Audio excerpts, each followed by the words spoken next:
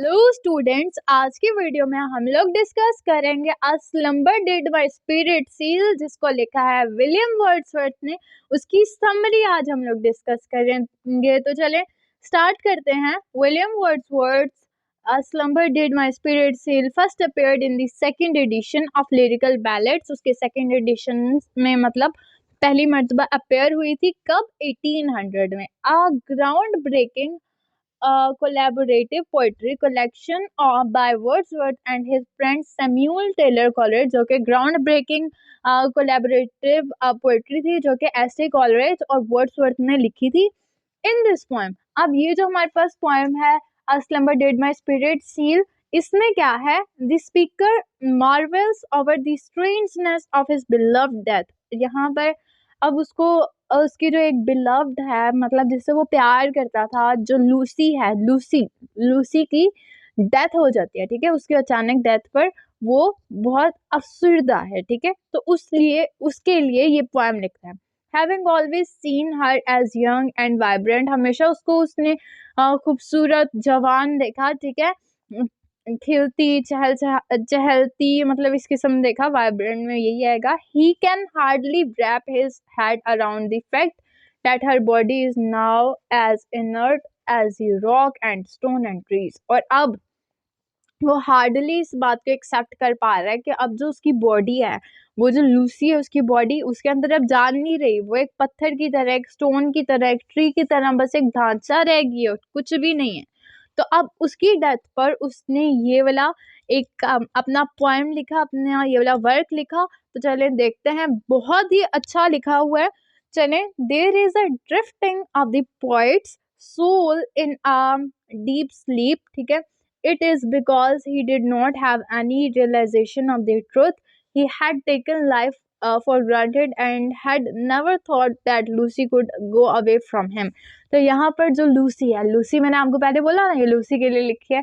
तो लूसी जो है, लूसी की डेथ, मतलब वो जिस तरह लूसी के साथ अपना टाइम स्पेंड करता था, लूसी से उसको जितना प्यार था, उसको अब ये ट्रूथ एक्सेप्ट नहीं हो रहा कि वो अब इस दुनिया से चली गई है। ठीक है, तो उसके लिए वो एक तो इस चीज़ को उसने कभी सोचा नहीं था कि जो लूसी है, जिससे वो इतना प्यार करता है, जो कि उसकी ज़िंदगी का इतना बड़ा हिस्सा है, वो कभी भी उसको छोड़कर कभी भी जाएगी। तो इसलिए वो बहुत ही अब उदास है, परेशान है। A slumber did my spirit seal, उसका अब सब कुछ खत्म हो गया है, उसका सब कुछ एंड हो गया। ठीक है, The author certainly never had any imagination of death overcoming her beloved Lucy। और उसने कभी ऐसा इमेजिन भी नहीं किया था, उसके ख्यालों में भी नहीं था कि ये कभी उसके बिलवर्ड लूसी के साथ ऐसा कभी भी कुछ होगा। नेचुरली वेल लूसी डाइड, और नेचुरली कुदरती जब मर गई, the author could not bear the loss, और वो ये अपना इतना बड़ा नुकसान बर्दाश्त नहीं कर सका। ठीक है, और वो उसने ये पोएम लिखी।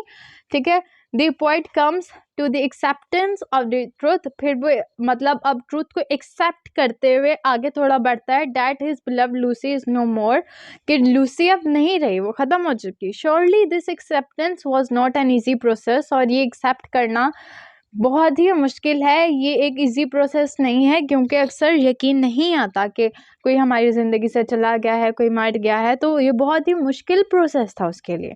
It is because it is taught to accept the death of a person whom one dearly loves। और मतलब ये एक्सेप्ट करना बहुत, सॉरी टॉट मैंने बोला टफ है, सॉरी टफ बहुत टफ होता है एक मतलब किसी की डेथ को एक्सेप्ट करना। वही लाइन है, taking this bitter truth is a sign of bravery, और इस ट्रूथ को एक्सेप्ट करना ये बहुत ही बड़ी बहादुरी है। ठीक है, the author says that her beloved is now motionless, और अब वो कहता है कि उसकी जो बिलव्ड है ना, जिससे वो बहुत प्यार करता है, वो क्या है? वो मोशनलेस है, उसके पास अब कोई वो हरकत नहीं कर सकती।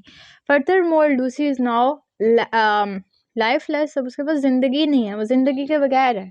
She is now ended. ठीक है, she is now in a state where she can no longer hear, जहाँ पर अब वो ऐसी स्टेट में है जहाँ पर वो कुछ नहीं सुन सकती। ठीक है, more over she is buried deep inside the earth, और अब उसको ज़मीन के अंदर बहुत गहराई में उसको दबा दिया जाएगा, उसको बरीड कर दिया जाएगा, उसको दफना दिया जाएगा। She can not see nor hear, और अब वो ना तो देख सकती है ना तो सुन सकती है। She is now with in the earth, और अब वो कहाँ है? वो ज़मीन के अंदर है। ठीक है, तो this is a very shocking thing for our writer William Wordsworth. ठीक है, उन्हें ये पोएम कैसे लिखी होगी? अगर तो लूसी जो है वो कोई चीज़ नहीं, वो रियल में ह्यूमन बीइंग है, तो उसके बाद हिम्मत है वर्ड्सवर्थ की कि उसने लिख लिया। मतलब क्योंकि अगर किसी की बिलवर्ड या कोई भी ऐसा इस दुनिया से चला जाता है तो लोग तो पागल हो जाते हैं, मतलब वो तो जीना छोड़ देते हैं ना। Lucy is with in the earth now, और अब वो ज़मीन के अंदर है। The author says that Lucy will become part of the earth by assimilating into it, और अब वो अर्थ का पार्ट बन जाएगी, मतलब क्योंकि उसमें मिल जाएगी। ठीक है, what the author is talking about here in the process of decomposition, और यहाँ पर decomposition वो होता है कि जब हम कोई चीज़ अर्थ के अंदर जाती है और वो काफ़ी टाइम के बाद ऐसे रिएक्शंस कर करके ज़मीन के अंदर बिल्कुल मिट्टी जैसी हो जाती है, उस प्रोसेस को डिकम्पोजिशन बोलते हैं। ठीक है, डेथ बॉडीज़ जब हम अर्थ के अंदर कर देते हैं, तो हम अगर काफ़ी सदियों बाद देखें तो वहाँ पर कोई डेथ बॉडी नहीं होती। क्यों ऐसा क्यों होता है? क्योंकि वहाँ पर डिकम्पोजिशन हो जाती है। When any living creature dies, जब कोई भी लिविंग क्रिएचर जो है वो मर जाता है, then its body decomposes, उसकी बॉडी डिकम्पोज हो जाती है, एंड हो जाती है, मिट्टी के साथ मिट्टी हो जाती है। ठीक है, decomposition is the process with organic bodies get broken. हाँ, वही जो बॉडीज होती हैं वो ब्रोकन, टूटती हैं, और रिएक्शंस होते हैं, और एंड सिंपलर ऑर्गेनिक मैटर में वो मतलब तब्दील हो जाते हैं।